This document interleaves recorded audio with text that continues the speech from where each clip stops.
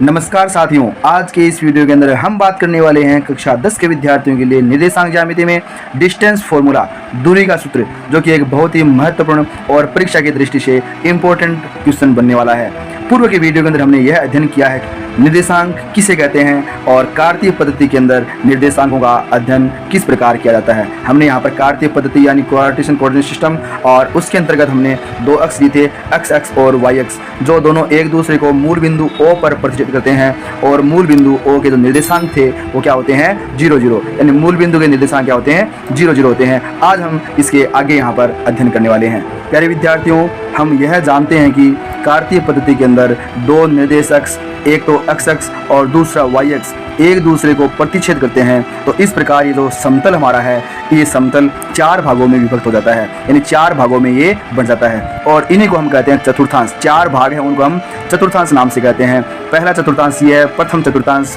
ये है द्वितीय चतुर्थांश, ये है तृतीय चतुर्थांश और ये अपना है अंतिम चतुर्थ चतुर्थांश।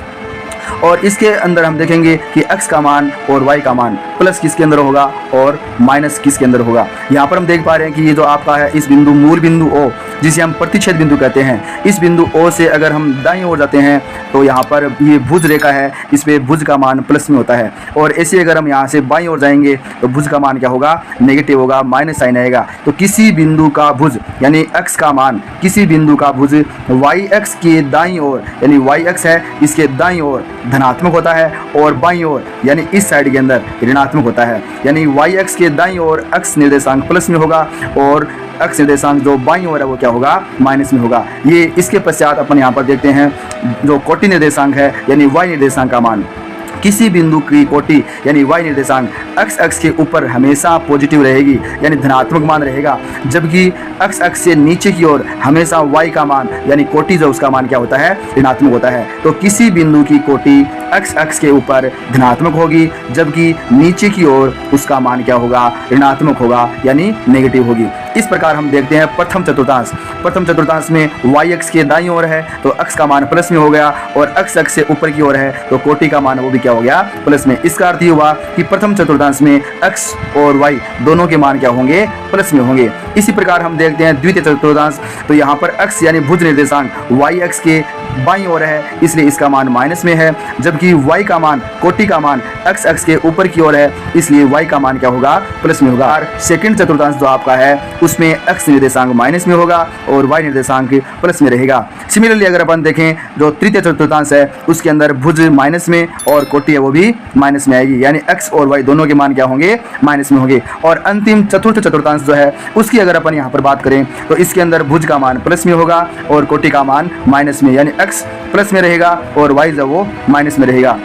इस प्रकार चतुर्थांशों में निर्देशांकों के चिन्ह का निर्धारण किया जाता है। अब हम बात करते हैं यहाँ पर दो बिंदुओं के बीच की दूरी यानी डिस्टेंस फॉर्मूला, जो कि बहुत ही महत्वपूर्ण है हमारे एग्जाम की दृष्टि से और बड़ा ही आसान है। इजी वे के अंदर मैं आपको यहाँ पर समझाऊंगा, आप इसे ध्यानपूर्वक समझिएगा। यदि हम यहाँ पर दो बिंदु लेते हैं P और Q, बिंदु P के निर्देशांक आपको पता है x निर्देशांक पहले आएगा, y निर्देशांक बाद में आता है। तो बिंदु P के निर्देशांक x1 y1 और Q के निर्देशांक अपन लेते हैं x2 y2। अपने दो बिंदु लिए हैं इसलिए इनका निर्धारण करने के लिए अपन 1 और 2 ले रहे हैं। पहला निर्देशांक है उसको 1 मान रहे हैं, सेकंड वाले में क्या कर रहे हैं, 2 लगा रहे हैं। तो बिंदु P जो है उसके निर्देशांक x1 y1 है और बिंदु Q उसके निर्देशांक हमारे पास में है x2 y2। तो डिस्टेंस फॉर्मूला यानी दूरी PQ कितनी हो जाएगी, √x2 माइनस x1 का whole square plus y2 minus y1 का होल स्क्वायर। इस फॉर्मूले के अपन यूज मिलेंगे यहाँ पर और क्वेश्चन को सॉल्व करेंगे।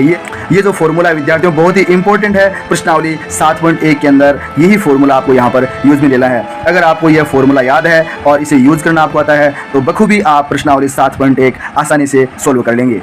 प्यारे विद्यार्थियों, अब हम यहाँ पर प्रश्नावली 7.1 उसका क्वेश्चन नंबर 1 लेते हैं और उसमें 3 पार्ट है। पहला पार्ट मैं यहाँ पर आपको बता रहा हूँ, बड़े ध्यानपूर्वक आप यहाँ पर समझने का प्रयास करें। बड़ा ही आसान है ये फॉर्मूला और एग्जाम की दृष्टि से भी अति महत्वपूर्ण प्रश्नों की श्रेणी में ये आता है। यहाँ पर हमें दो बिंदु दे रखे हैं, बिंदु P के निर्देशांक है 2 3 और बिंदु Q जो है उसके निर्देशांक है 4 1, यानी फर्स्ट जो है ये बिंदु P है, सेकंड है बिंदु Q। तो इसको अपन 1 1 लेंगे और जो Q बिंदु है उसको अपन 2 2 मानेंगे। तो यहाँ पर x1 हमारे पास में 2, y1 3, इसी प्रकार x2 हमारे पास में है 4 और y2 कितना है 1 है। हमें यहाँ पर बिंदु पी क्यू की जो डिस्टेंस है दोनों के मध्य, बिंदु पी और क्यू के मध्य पी क्यू डिस्टेंस वो निकालेंगे। तो हम पहले यहाँ पर दूरी का फॉर्मूला अप्लाई करेंगे। दूरी का फॉर्मूला होता है √x2 - x1 का whole square plus y2 - y1 का होल स्क्वायर, और उसके पश्चात इसके अंदर अपन वैल्यू पुट करेंगे। तो दूरी P Q is equal to √x2 4 minus x1 2 का whole square plus y2 1 minus y1 3 का whole square, under the root 4 - 2 कितने हो गए, 2 हो गए, 2 का स्क्वायर हमने यहाँ पर कर दिया है। उसके पश्चात प्लस का साइन आ गया, और 1 - 3 कोष्टक के अंदर क्या है 1 - 3, तो 1 - 3 वैल्यू क्या होगी माइनस का 2, और उसका होल स्क्वायर हमने यहाँ पर कर दिया।